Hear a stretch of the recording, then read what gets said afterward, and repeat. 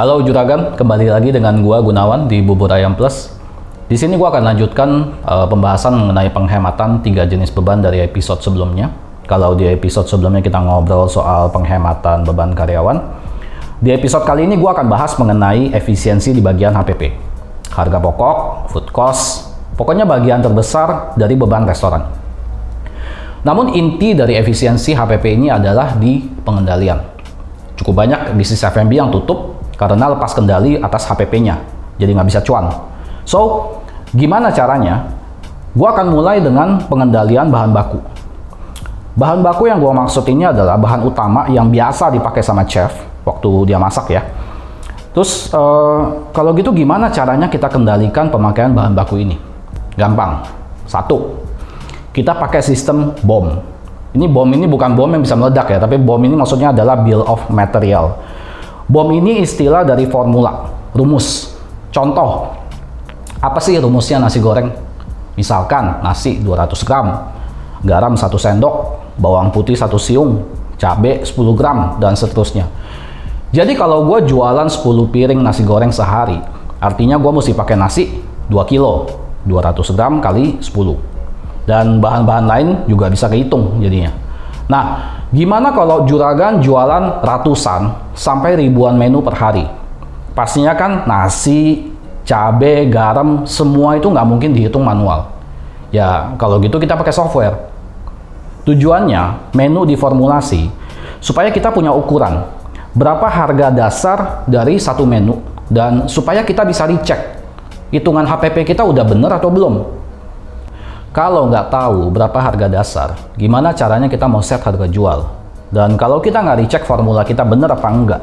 Lah, kalau salah, lagi-lagi kita salah set harga jual. Tapi pemakaian BOM doang, BOM, ini nggak cukup. Masih ada hal kedua, yaitu di kedua ini, BOM ini harus otomatis memotong catatan persediaan dan BOM ini harus bisa handle bahan baku pengganti. Contoh, nasi goreng tadi. Gue pakai 2 kg nasi. Jumlah yang gue pakai ini harus langsung tercatat mengurangi bahan nasi dalam sistem gue. Terus, kalau biasanya misal kita pakai beras cap ayam, terus tiba-tiba habis. Berarti gue mesti ganti nih, misalnya pakai beras cap kucing. Nah, ini di kenyataannya bisa kejadian loh ya. Nah, sistem BOM tadi itu harus mampu mengatasi barang pengganti kayak gini. Dan mesti otomatis, tanpa perlu manually diganti. Caranya pakai software, again, harus otomatis. Jadi gue sarankan pakai software yang terintegrasi. Nah, pengendalian BOM ini susah apa enggak? Enggak susah. Asal software-nya mendukung. Kita tuh lagi bisnis. Kita bukan lagi taruhan. Jadi kendali ini penting. Tinggal kita niat apa enggak aja sih. Nah, tadi udah 1, 2, sekarang hal ketiga. Lakukan cek fisik, stok opnam. Tadi udah ada formula. Udah potong persediaan secara otomatis. Lalu pertanyaannya, apakah pada kenyataannya itu beras, cabai, dan lain-lain tadi secara fisik pasti sesuai dengan catatan? Itu 100% nggak mungkin. Chef juga nggak mungkin pakai cabai bisa ngepas 10 gram. Terus kalau gitu buat apa kita pakai BOM sejak awal? Gini, gue kasih perumpamaan. Gue janji mau ke rumah gebetan. Nah, rumah gebetan ini target tujuan gue. Biasanya kalau gue jalan kaki 15 menit udah nyampe. Ini namanya ekspektasi. Tapi ternyata gue 2 jam baru nongol. Gebetan gue pasti tanya dong, kenapa? Nah, ini gue lagi di cross check artinya. Terkait pemakaian bahan tadi, sesuai dengan perumpamaan yang barusan gue kasih, kita udah set formula per menu. Nah, ini adalah target pemakaian bahan kita. Misalkan kita pakai 2 kg nasi, berarti ekspektasi kita stok nasi juga berkurang 2 kilo kan. Kalau tadinya stok nasi kita ada 3 kilo, kepake 2 kilo, tinggal 1 kilo.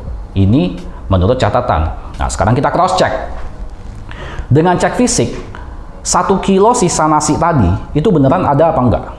Misalkan pas kita cek ternyata, wah, nggak ada. Nah, kita mesti cari tahu dong, 1 kilo ini hilang kemana? Dicolongkah? Formula kita salahkah? Apakah chefnya kerjanya ngaco? Tapi intinya kita nggak bakalan tahu kalau kita nggak cross check. Makanya kita perlu lakukan stok opnam. Supaya apa? Supaya tahu bagian mana yang mesti kita perbaiki. Apakah BOM-nya perlu kita perbaiki? Apa mungkin prosesnya perlu kita perbaiki? Sampai intinya saldo percatatan sistem kita itu nggak beda jauh dengan hasil cek fisik, hasil opnam. Yang artinya supaya kita nggak salah set harga jual, supaya cuan. Itu ketiga tadi.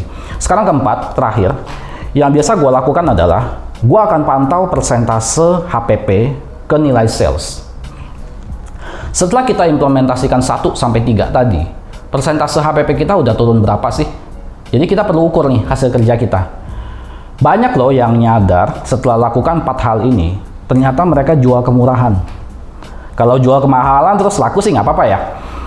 Nah, juragan, semua langkah-langkah pengendalian ini adalah langkah umum yang biasa dilakukan oleh pebisnis F&B profesional.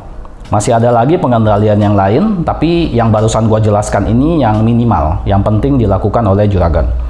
Intinya adalah, pengendalian paling dasar sekalipun, kalau dilakukan manual, nggak bakalan kepegang. Kita pakai sistem kan, pakai software. Pastikan software-nya terintegrasi. Dan pastikan beban software-nya lebih murah daripada penghematan yang juragan dapatkan. Kalau bingung mau pakai software apa, cek ke www.esb.co.id. Ini adalah all-in-one teknologi terintegrasi untuk bisnis F&B. Ukuran bisnis juragan besar atau kecil, tetap butuh pengendalian yang barusan gue jelaskan. Bedanya cuma tinggal di kompleksitasnya aja. ESB mampu bantu juragan menjalankan bisnis F&B dari yang kecil sampai yang ukuran raksasa. Dari yang simple sampai yang kompleks. Dan kita punya loh banyak pengguna dari F&B raksasa juga. Oke, segitu dulu juragan. Di episode berikutnya gue akan lanjutkan lagi dengan cara efisiensi HPP dari sisi pembelian.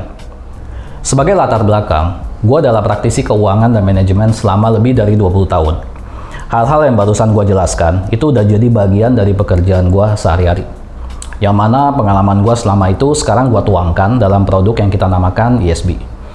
Semua pengendalian di atas, itu bisa dilakukan dengan ESB.